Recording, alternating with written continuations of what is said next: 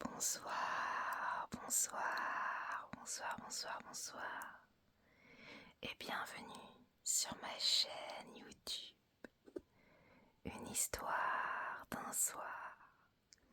J'espère que vous allez tous très bien, que vous avez tous et toutes passé une excellente journée.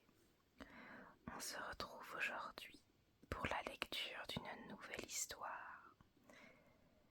Je n'ai pas encore fini le conte des 1001 nuits, bien évidemment, et je continuerai à lire ce livre dans mes prochaines vidéos. Mais je me suis dit que ce serait intéressant de couper en vous lisant une plus courte histoire de ce livre. Une histoire donc que je pourrais lire en une vidéo, du début à la fin. Ce n'est pas la petite sirène, mais ça fait partie de ce livre. L'histoire que je vais vous lire, c'est le jardin du paradis. C'est le jardin du paradis. Donc j'espère que l'histoire vous plaira. Désolée. Que l'histoire vous plaira. Sans plus attendre, ce que je vous propose, c'est de vous installer confortablement, de fermer les yeux si vous le souhaitez, et de commencer cette lecture. Oh. En plus c'est parfait, je tombe pile sur l'histoire. Le jardin du paradis. Il était un fils de roi qui avait beaucoup de livres. Personne n'en avait autant, ni de si beaux. Tout ce qui était arrivé en ce monde, il pouvait l'y apprendre et le voir présenté dans de superbes images. Il pouvait s'informer de tout peuple et de tout pays, mais où se trouvait le jardin du paradis? Il n'y avait pas un mot là-dessus, et c'est justement à quoi il pensait le plus. Sa grand-mère lui avait raconté, lorsqu'il était encore tout petit, mais allait entrer à l'école, que dans le jardin de paradis, chaque fleur était un délicieux gâteau, le pollen un vin merveilleux. Sur l'une était l'histoire, sur l'autre la géographie ou des tableaux. On n'avait qu'à manger des gâteaux et l'on savait sa leçon. Plus on en mangeait, plus on était bourré d'histoire, de géographie et de tables de multiplication. Il croyait cela dans ces temps-là, mais à mesure qu'il grandit, il apprit davantage et il eut beaucoup plus de jugement. Et il comprit que la splendeur du paradis devait être d'une toute autre sorte. Oh, pourquoi Ève a-t-elle cueilli sur l'arbre de la connaissance? Pourquoi Adam a-t-il mangé du fruit défendu? Si ça avait été moi, jamais ça ne serait arrivé. Jamais le péché ne serait entré dans le monde. Il disait cela d'autrefois, et il le disait encore lorsqu'il eut 17 ans. Le jardin du paradis remplissait sa pensée. Un jour, il s'en alla dans la forêt. Il marchait seul, car c'était son plus grand désir. Le soir tomba, les nuages s'accumulèrent. On eut une pluie diluvienne, comme si le ciel tout entier n'avait été qu'une seule cataracte. Il faisait noir comme cela ne put être que la nuit, dans le bruit le plus profond. Tantôt, le garçon glissait dans l'herbe mouillée, tantôt il butait contre les pierres nues qui pointaient du fond rocheux. Tout était noyé. Le pauvre prince n'avait plus un fil de sec. Il dut grimper sur de grands blocs de pierre où l'eau sortait de la mousse épaisse. fils. Il n'en pouvait plus lorsqu'il entendit un singulier bourdonnement, et il vit devant lui une grande grotte éclairée. Au milieu brûlait un feu où l'on pouvait rôtir un cerf.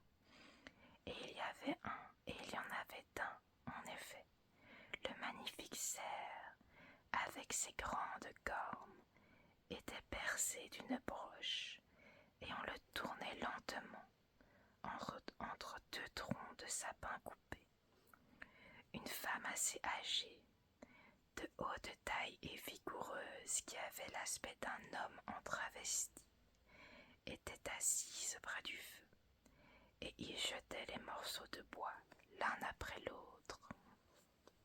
« Approche donc, dit-elle, assieds-toi près du feu, il va sécher tes vêtements. »« Il y a un vilain courant d'air ici, dit le prince en s'asseyant par terre. Ce sera encore pis quand mes fils rentreront, répondit la femme. Tu es ici, dans la grotte des vents. Mes fils sont les 4 vents du monde. Peux-tu comprendre ça? Où sont tes fils? Demanda le prince. Peu, ce n'est pas facile de répondre à de sottes questions, dit la femme. Mes fils sont leurs propres maîtres.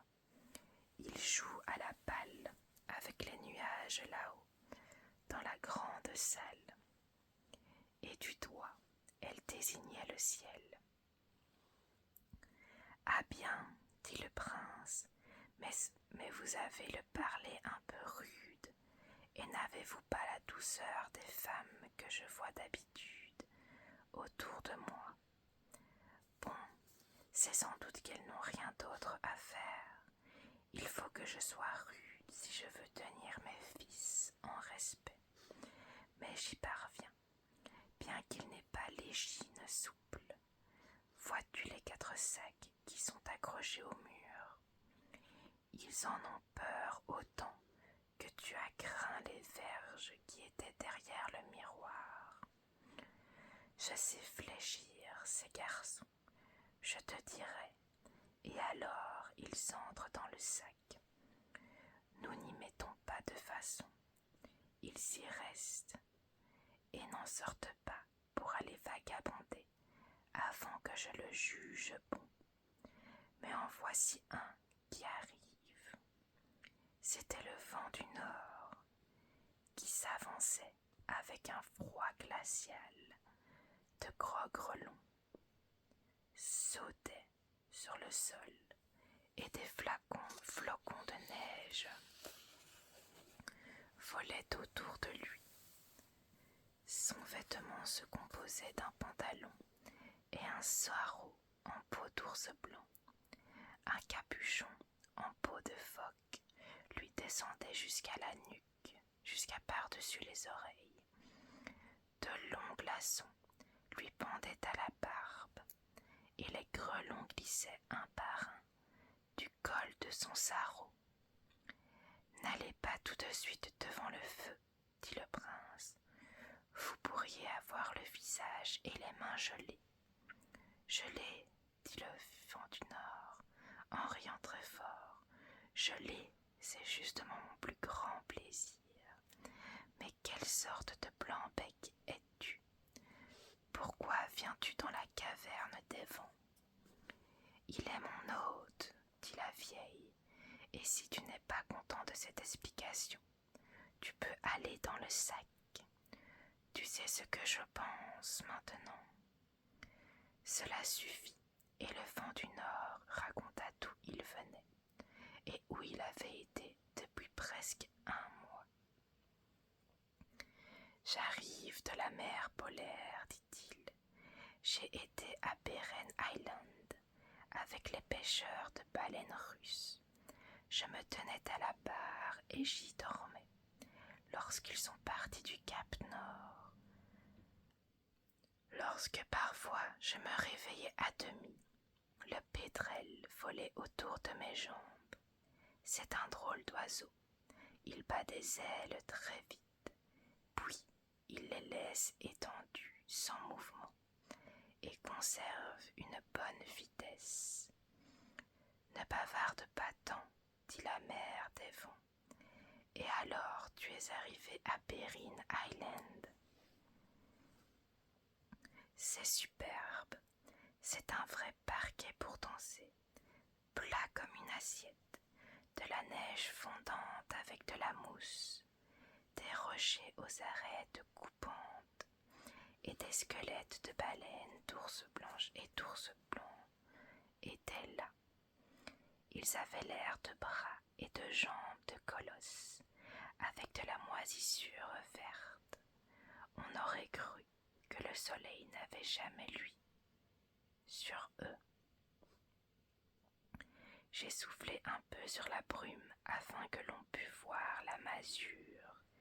C'était une maison construite avec des débris d'épave et couverte avec de la peau de baleine.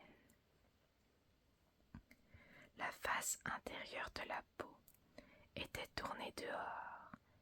Elle était pleine de rouge et de vert. Sur le toit était assis un ours blanc, vivant qui grommelait. Je suis allée à la côte, j'ai regardé les nuits d'oiseaux et les petits, nus, qui criaient et ouvraient le bec. Alors j'ai soufflé dans ces 1000 gorges pour leur apprendre à se taire.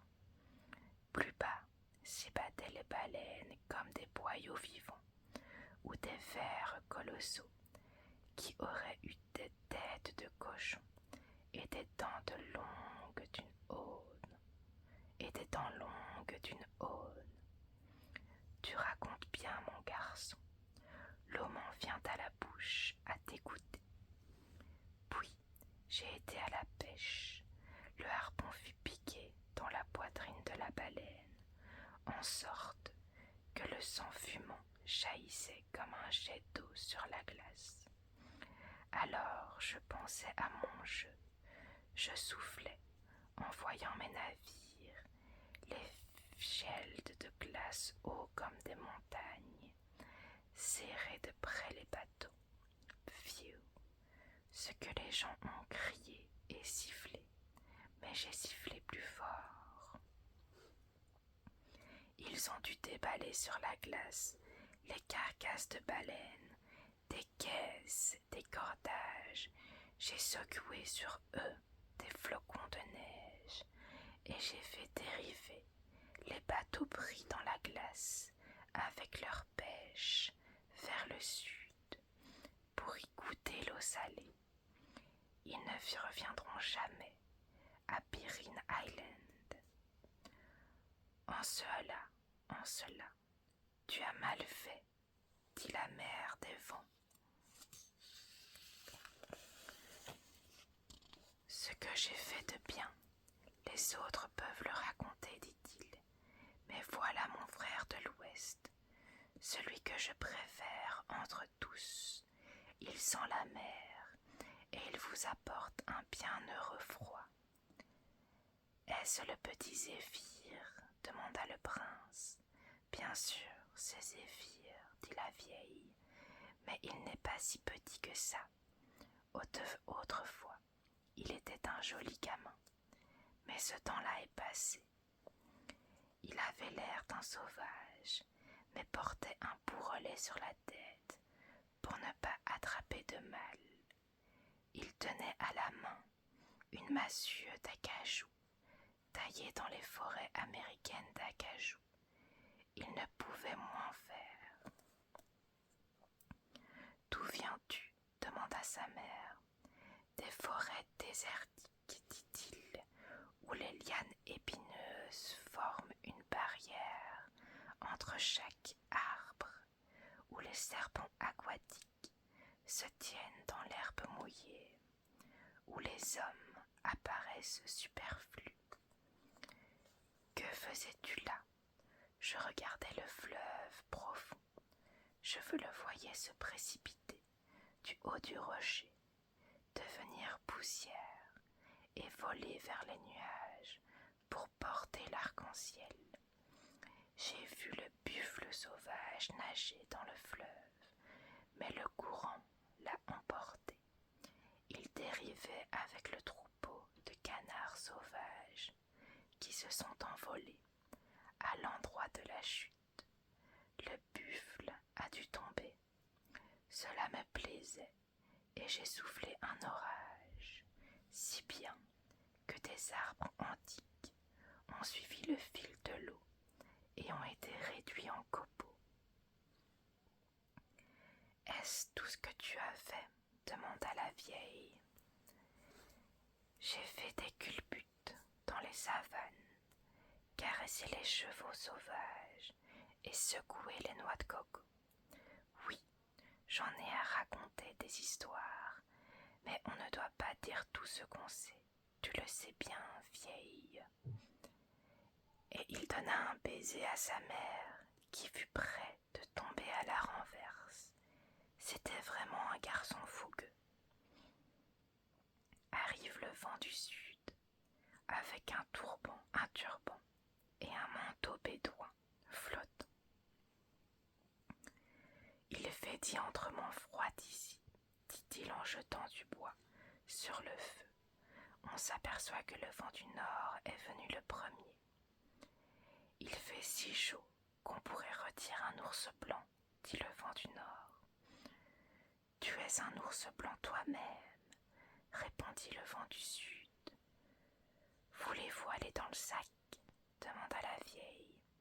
Assieds-toi sur cette pierre et raconte où tu as été.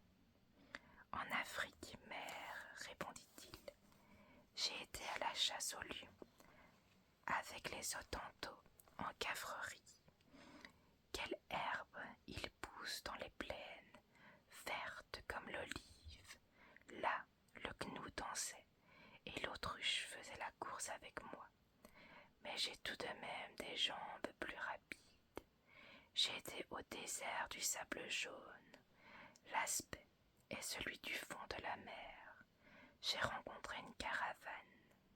Les gens abattirent leurs derniers chameaux pour avoir de l'eau à boire, mais ils n'en eurent guère. Le soleil ardait en haut et le sable cuisait en bas. Le désert s'étendait sans limite. Alors j'ai pris mes ébats dans le sable fin et les fait tourbillonner en haute colonne. Ah, quelle danse! Je voudrais que tu aies vu l'air découragé du dromadaire.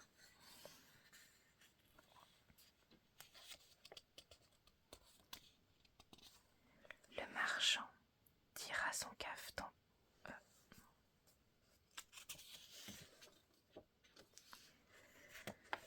Le marchand tira son cafetan par-dessus sa tête. Il se jeta par terre devant moi, comme devant Allah, son Dieu. Maintenant, ils sont enterrés. Une pyramide de sable s'élève au-dessus d'eux tous. Comme mon souffle plus tard l'aura emporté ailleurs, et que le soleil aura blanchi leurs os, le voyageur pourra voir qu'il y a eu là des hommes, ce que l'on peine à croire dans le désert. Tu n'as donc fait que du mal, dit la mère, va dans le sac. Et en un clin d'œil, elle saisit le vent du sud et le mit dans le sac. Le vent du sud s'agita, et là sur le sol. S'agita ça et là sur le sol, mais elle s'assit dessus, et il dut alors se tenir tranquille. Ce sont des garçons vifs que vous avez là, dit le prince. Oui, certes, répondit-elle, et je sais les maîtriser. Voici le quatrième. C'était le vent de l'Est. Il était habillé en chinois. Ah, c'est de là que tu viens, dit la mère. Je croyais que tu avais été au jardin du paradis.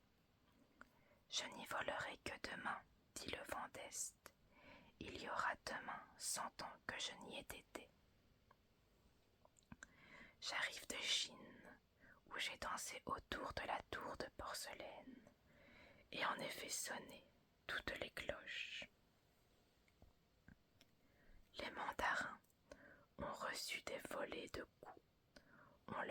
passaient des bambous sur leurs épaules, et c'étaient des gens du 1er au 9e degré.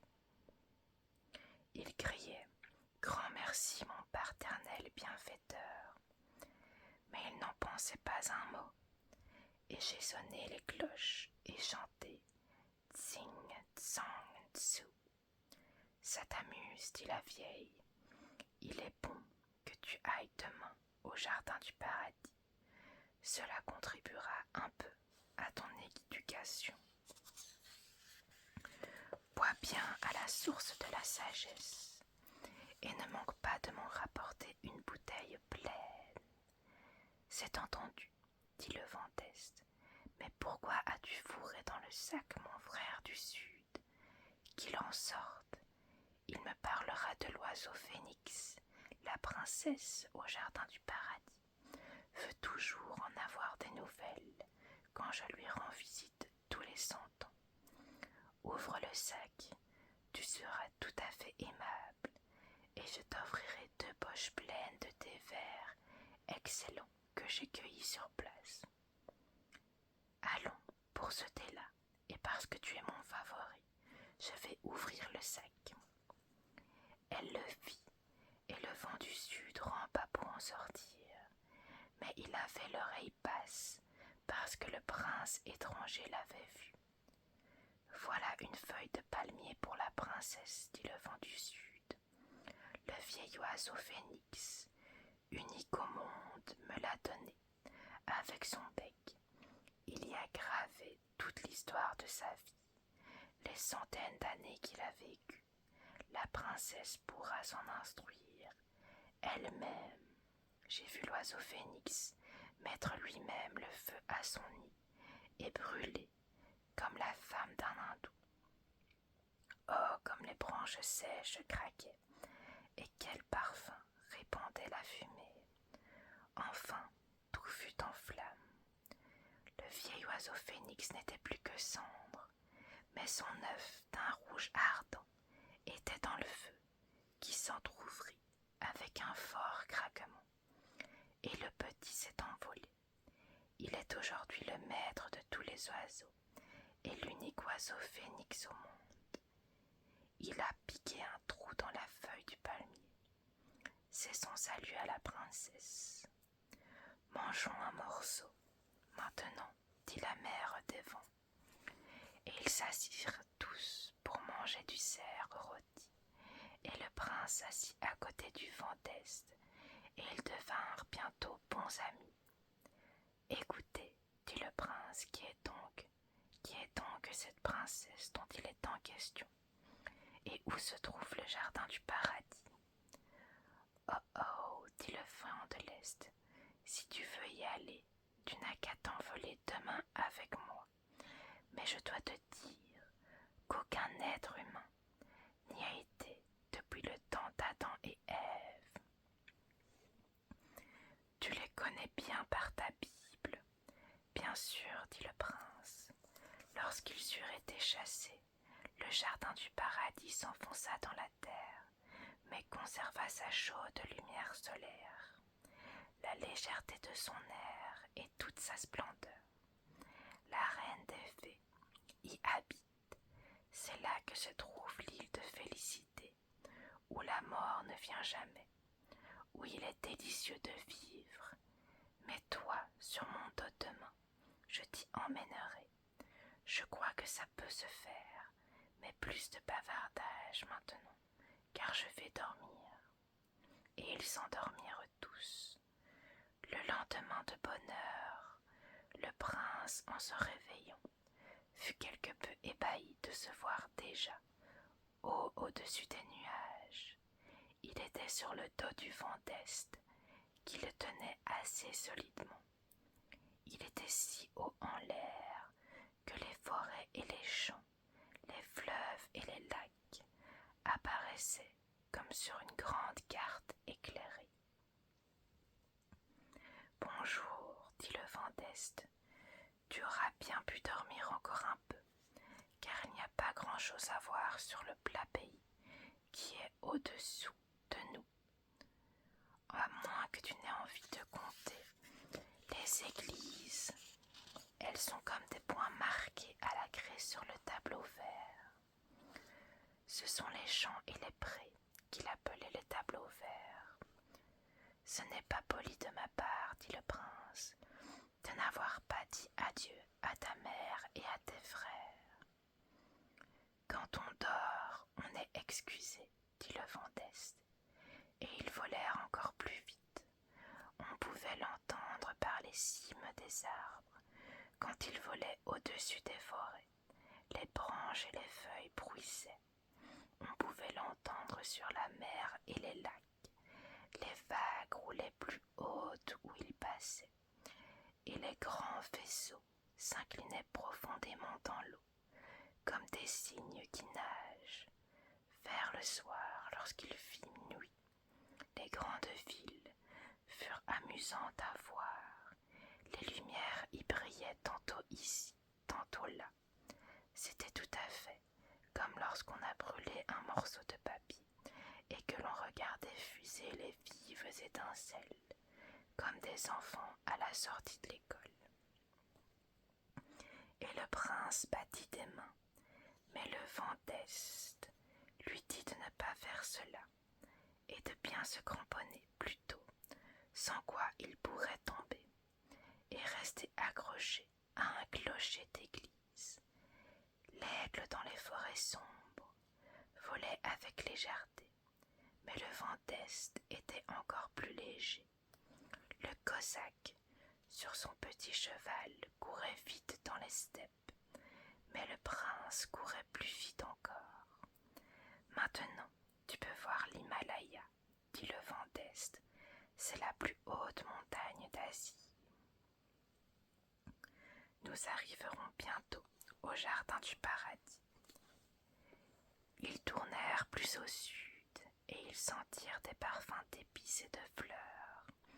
Les figuiers et les grenadiers poussaient à l'état sauvage et les cèpes sauvages portaient des raisins blancs et noirs. C'est là qu'ils atterrirent tous deux. Ils s'étendirent dans l'herbe tendre où les fleurs s'inclinèrent devant le vent, comme pour dire « bon retour ». « Sommes-nous maintenant dans le jardin du paradis ?» demanda le prince. « Non, certes, dit le vent d'Est, mais nous allons y arriver. Vois-tu ce mur de roc là-bas et cette grande grotte où les pampres pendent comme des grandes stores vertes, où les pampes pendent comme de grands stores verts. C'est là que nous entrerons. Enveloppe-toi dans ton manteau. Le soleil brûle ici, mais un seul pas, et il fait un froid glacial. L'oiseau qui passe devant la grotte a une aile par ici dans l'été chaud, et l'autre dans le froid hiver. Alors c'est là le chemin qui mène au jardin du paradis, demanda le prince. Et ils entrèrent dans la grotte. Aïe, quel froid glacial! Mais cela ne dura pas longtemps. Le vent d'Est étendit ses ailes, et elles luirent comme un feu clair. Non, quelle grotte!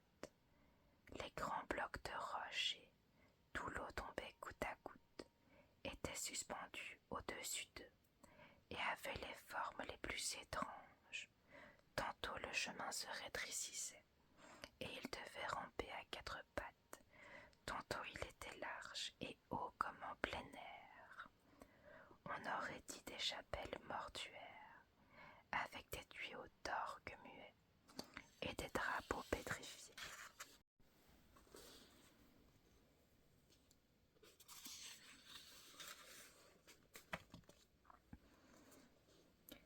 C'est par un chemin de mort que nous allons au jardin du paradis, dit le prince.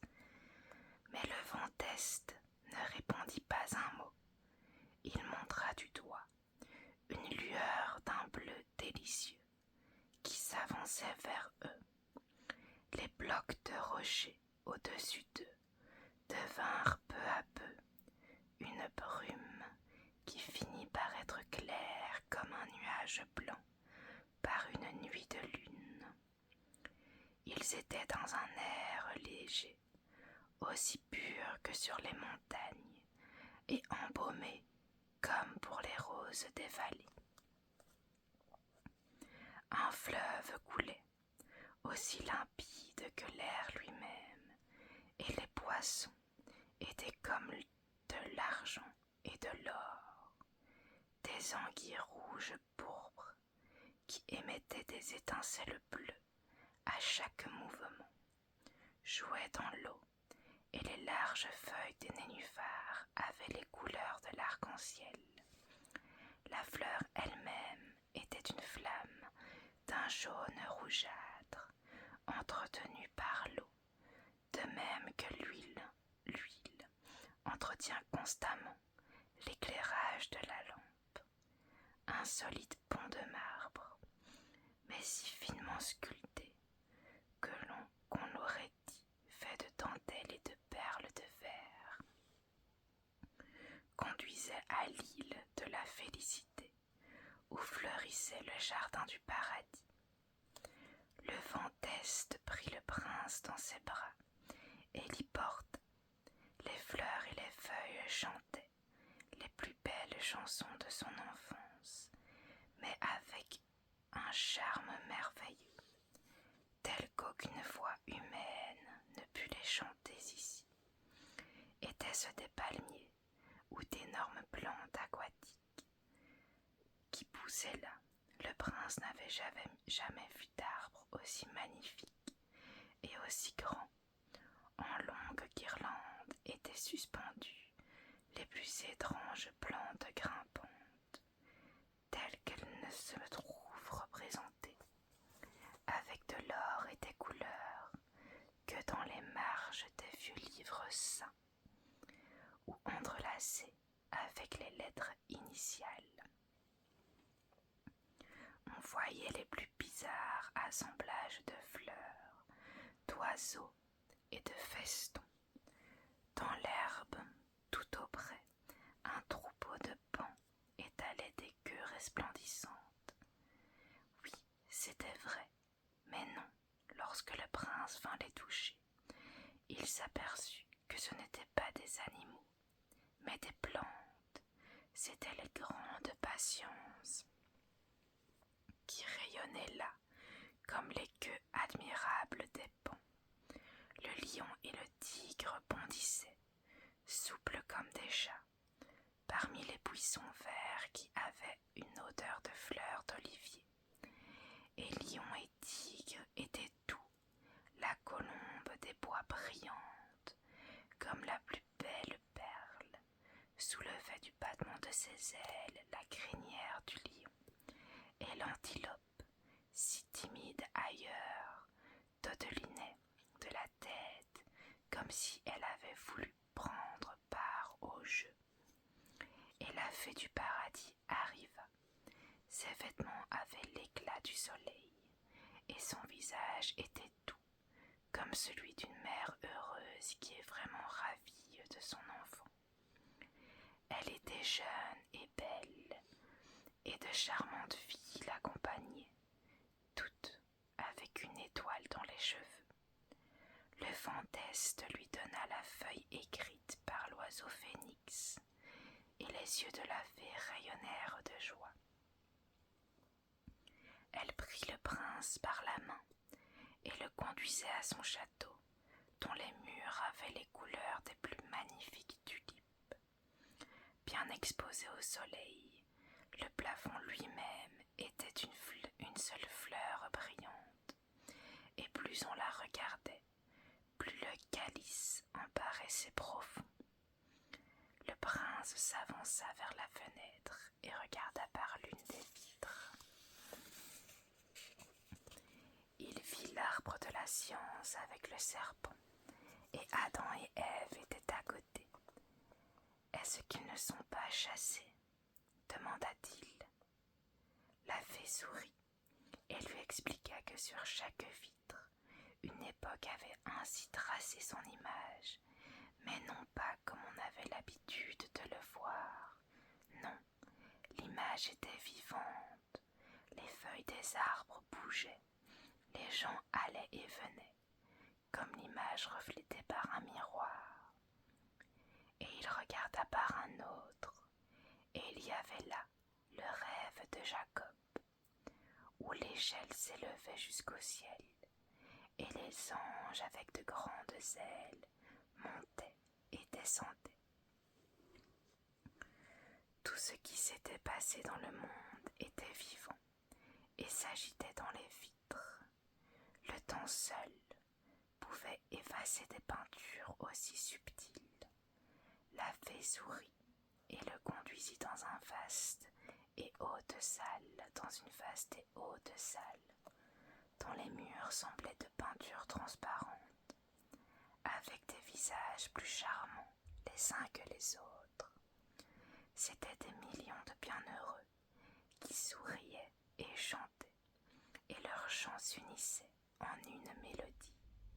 Ceux qui étaient le plus haut étaient si petits qu'ils semblaient moins grands que le plus petit bouton de rose que l'on dessine comme un point sur le papier. Et au milieu de la salle se dressait un grand arbre aux branches tombantes et luxuriantes. Des pommes d'or, grosses et petites, pendaient comme des oranges entre les feuilles vertes. C'était l'arbre de la science, dont Adam et Ève avaient mangé le fruit. De chaque feuille tombait une goutte de rosée rouge brillante. On aurait dit que l'arbre pleurait des larmes de sang. Montons en bateau maintenant, dit la fée. Nous y prendrons des rafraîchissements sur l'eau qui se balance. Le bateau est ballotté sans pour autant changer de place, mais tous les pays du monde passeront sous nos yeux. Et ce fut curieux de voir comme la rive se déplaçait. Voici les hautes Alpes couvertes de neige, avec des nuages et des noirs sapins. Le cor sonne tristement, et les bergers hioulent joliment dans la vallée. Puis voici les bananiers, qui penchent sur le bateau, leurs longues branches pendantes. Des cygnes noirs nagent sur l'eau, et les animaux et les fleurs les plus étranges se montrent sur la berge. C'est la Nouvelle-Hollande, la 5e partie du monde, qui passe avec la vue lointaine des montagnes bleues. On entend le chant des prêtres, et l'on voit les danses des sauvages au son des tambours et de trompes en os. Les pyramides d'Égypte qui atteignent les nuages, des colonnes renversées et des sphinx défilent. Les aurores boréales flamboient au-dessus des glaciers du nord.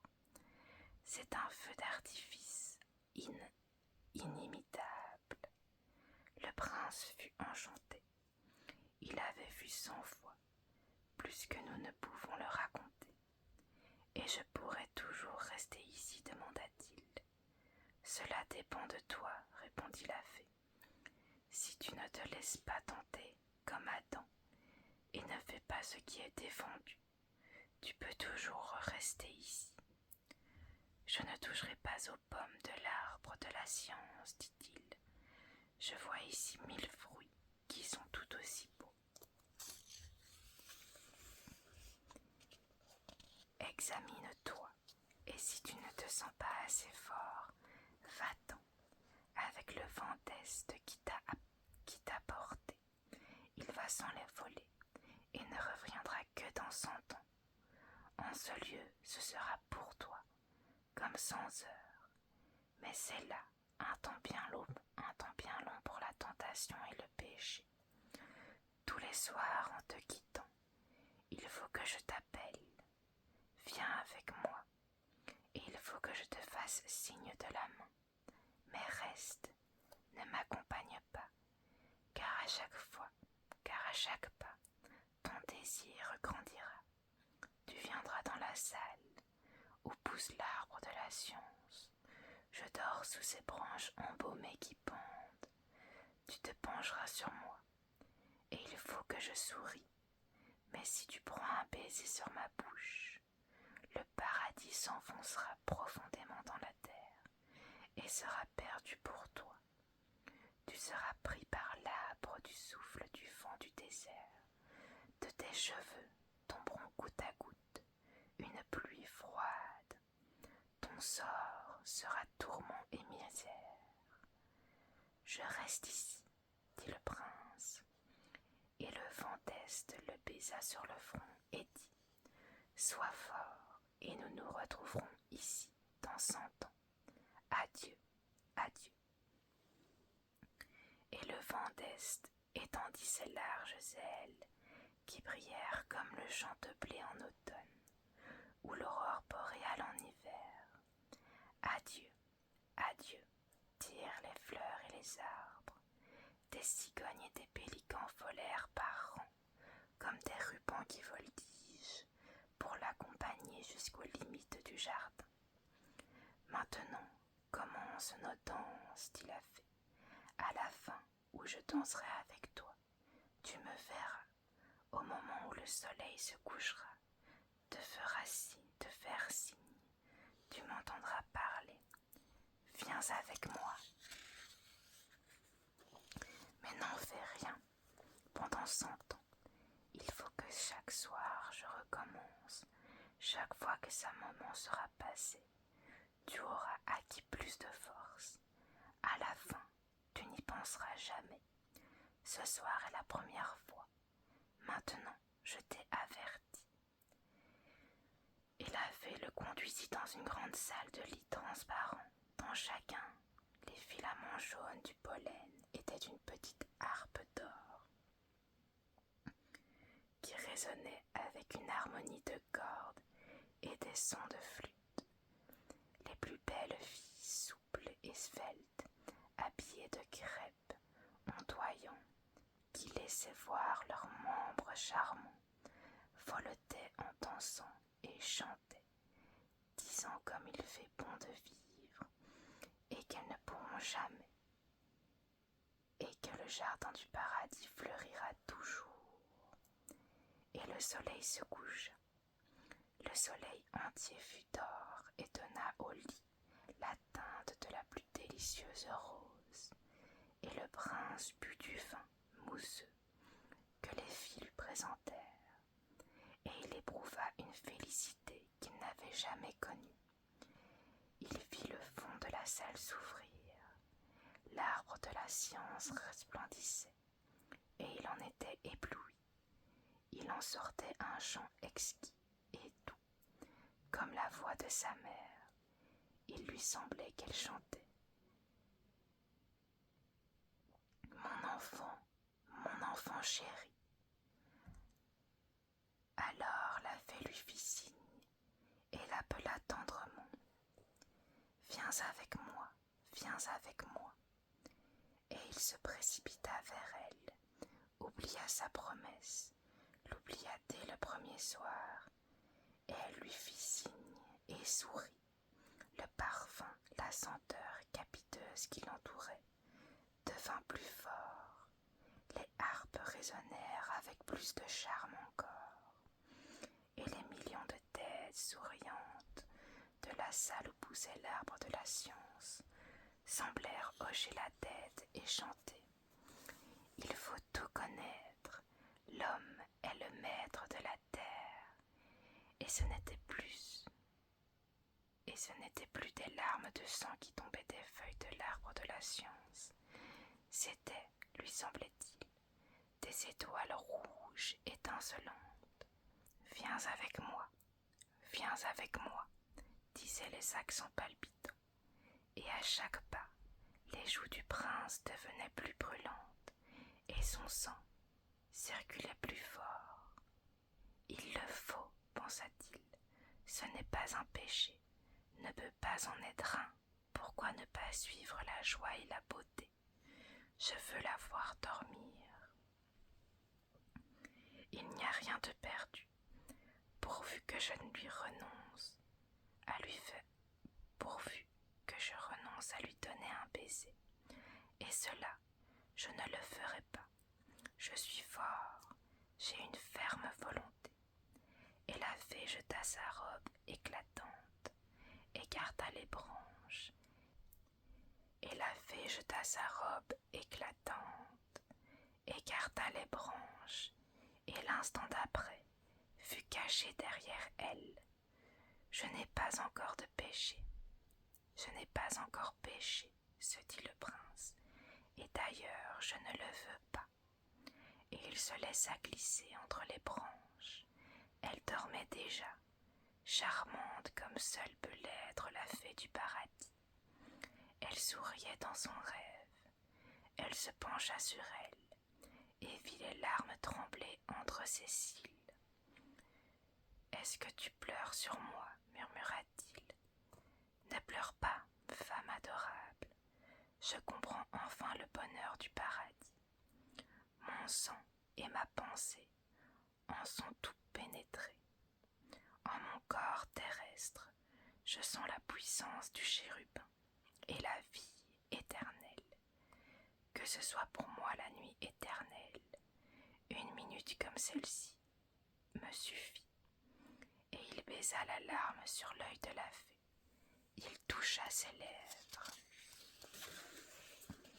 Alors retentit un coup de tonnerre profond, effrayant, tel que personne n'en avait entendu, et tout s'écroula.